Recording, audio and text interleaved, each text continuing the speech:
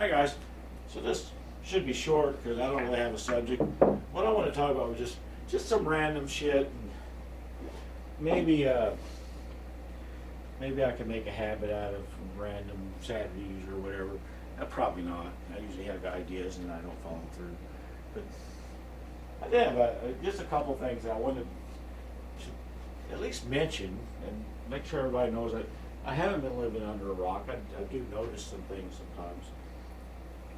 One of the things that I noticed was this guy, Sanchez Ruiz, won the U.S. Open, and by doing that, he secured a spot in the European Mosconi Cup team.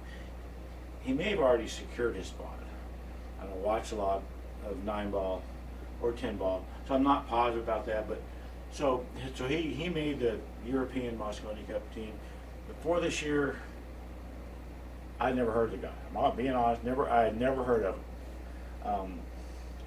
Apparently, I've heard of him now, and he's had a very good year, and not just in 9-ball. So he makes the team, and then the European coach, captain, this Alex Lely guy, he has one spot left, coach's pick type of deal. And he picked David Alcady, who's been on the Mosconi Cups several times.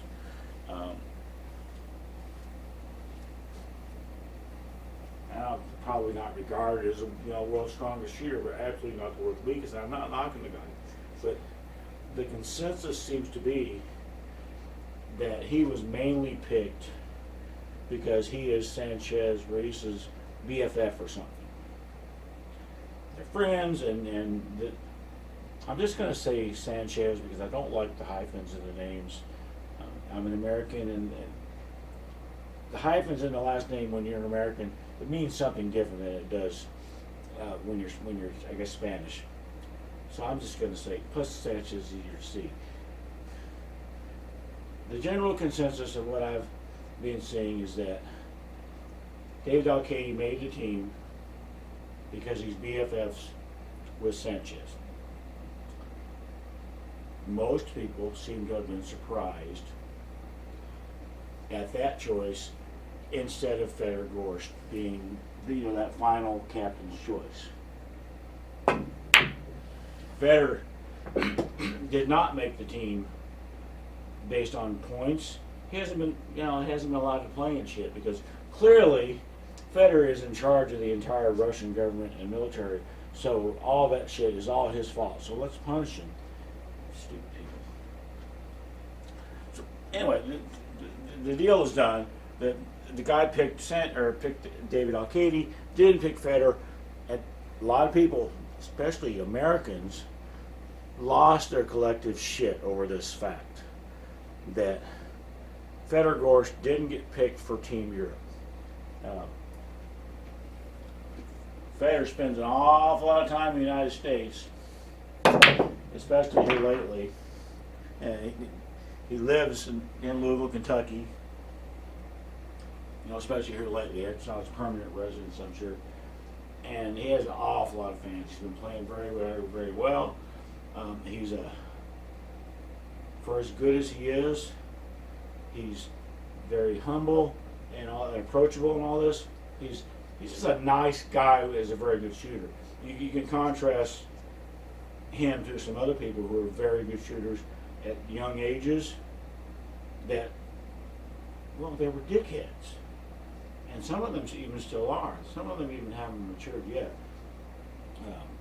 But Federer has a lot of fans, and American fans in general just lost their shit that he didn't make the Mosconi Cup based on how good of a shooter he is. I thought it was kind of interesting because had Federer been picked for the Mosconi Cup for Team Europe, the same Americans all would have lost their shit because Federer's going to beat anybody on the American team. So they were going to whine and cry and all this either way. I thought it was interesting and I guess kind of funny. I actually bought, oops, actually bought a subscription to a Billiards Digest. I haven't been subscribed to that for years, but they have some kind of a deal where I guess I'm supposed to get free pay-per-view for the Mosconi Cup, which I've never had.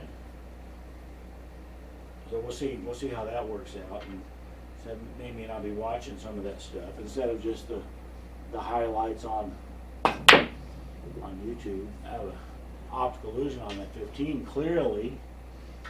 So yeah, that's my thoughts on. Yeah, Federer didn't make the Mosconi Cup team, for Europe. Wham. Had he made it, wham. Yeah, I guess a lot of people would just love him to have become a naturalized United States citizen and join Team USA. Actually, I think that'd been pretty cool as well. But I don't know what Federer's intentions are as far as country of origin and all that stuff. I feel like that'd be a big deal to renounce your country in favor of something else. Either way, it should be interesting. I know the United States is an underdog, and they have been for several years in the Mosconi Cup. And we'll see how it works out. I'm excited to see Earl, but I'm excited to see Earl because I've been a fan of Earl Strickland, well, since I started playing pool. Not because I want to see him blow up or do one of his mental things or whatever. I want to see him shoot well and do well. This may be his last hurrah as a Mosconi Cup. I want to see that. So many people are like, yeah, I want to see Earl lose his cool. These are the same people that watch NASCAR just to watch the races. And I don't agree with that stuff. Okay. I'm not going to shoot to 15. Yeah, I am. I'm going to keep shooting because I got more shit I'm going to talk about. So the next thing I want to talk about, after Mosconi Cup stuff, is I did a video, I don't remember when, it was a while ago, about shot clocks and how I feel like they're stupid. They're too short. They're punishing the entire field because that guy is slow playing to strike his opponent. That was kind of the gist of what I was saying. Then after watching the U.S. Open, I made another video. And you know what? Shot clocks might not be the most evil thing in the world, but maybe like a 2-minute shot clock or something would be a little bit more reasonable. Some of those guys at U.S. Open were taking 2 minutes to study the easiest shot in the world, and then they a lot of times missed a shot. It was painful to watch, and I made a video about that being painful to watch. Anyway, I can tell you all are really pulling for me to bank this 15. And I appreciate that because it really doesn't look that bad. I'm just missing it. The other day, it's the 26th of November 2022. The other day, Alex Pagulayan, one of the best players on the planet, maybe the best all-around player on the planet, and certainly a fan favorite for everybody, had to pull out of a tournament, had to forfeit a tournament in the finals against Jason Shaw because they had a shot clock, and I guess he had injured his leg, and he just knew that he was not going to be able to maneuver himself around the table with his injury with that shot clock going. So he said, it was halfway through the match, I think he tried, and it's not stupid. So he ended up forfeiting. That's why I made my first video. Was because of that stupid ass 30-second shot clock.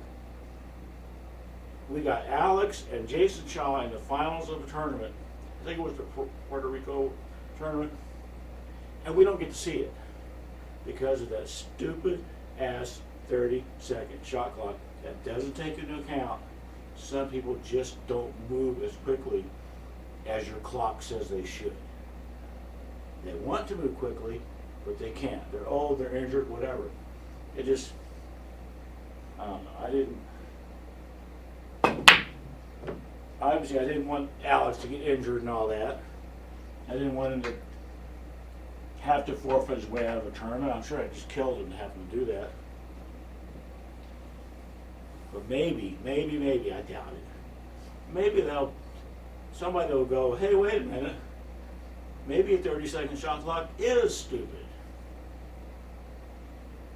And then maybe eventually that will get changed. I doubt it. Yay, woo!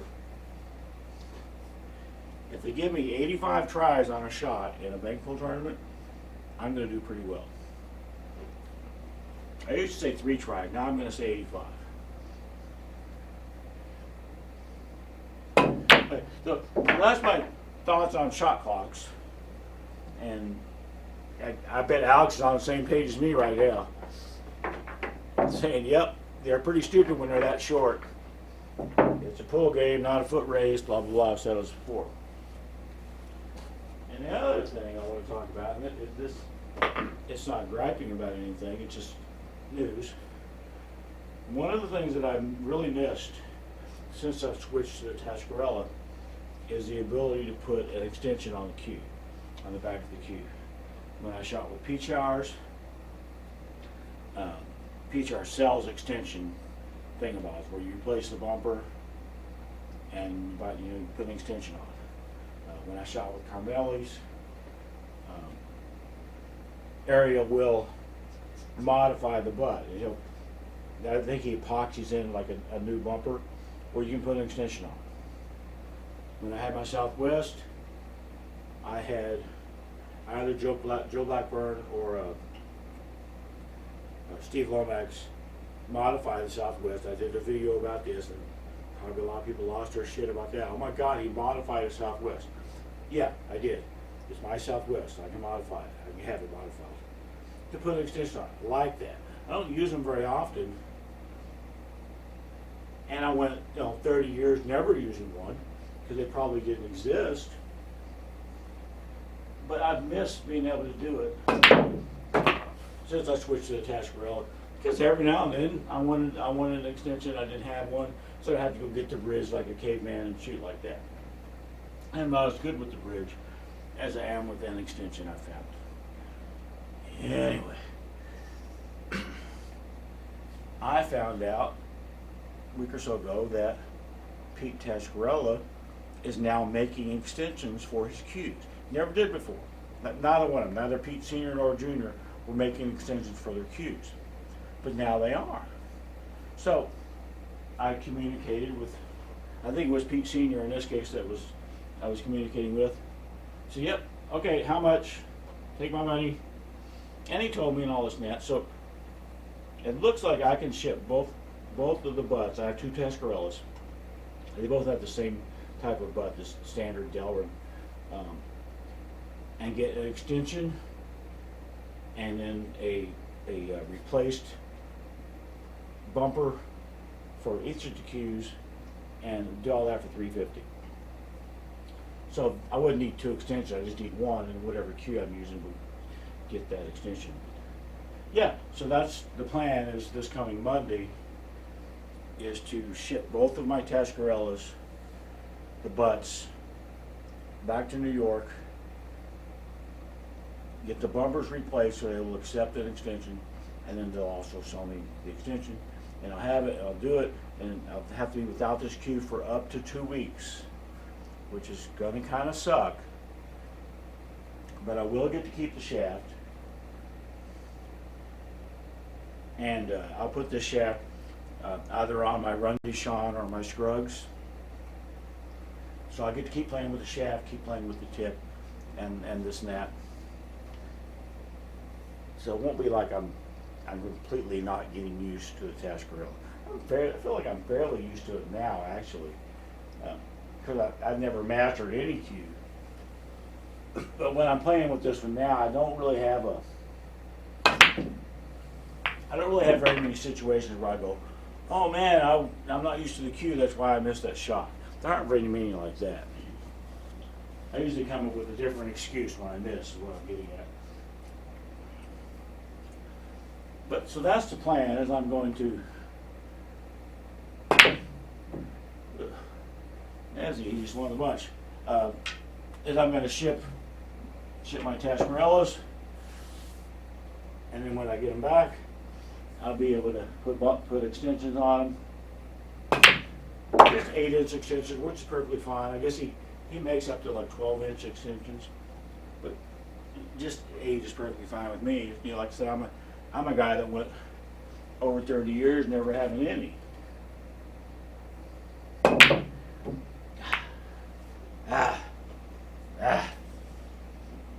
You see, it's just a shot, and you're like, yep, that's perfectly easy bank shot, and then miss it.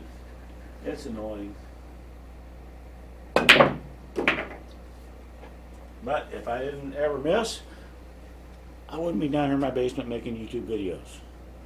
I know I've said that kind of thing several times. I would be on the road or some shit like that.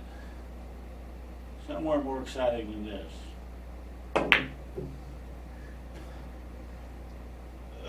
We're going to pretend that that one was closer than it was. Because I'm out of random stuff. And if, I don't know, if I think of anything more before I publish this, I'll put it on there, but I'm not going to do that because I've used up my brain for the weekend. Thanks, guys.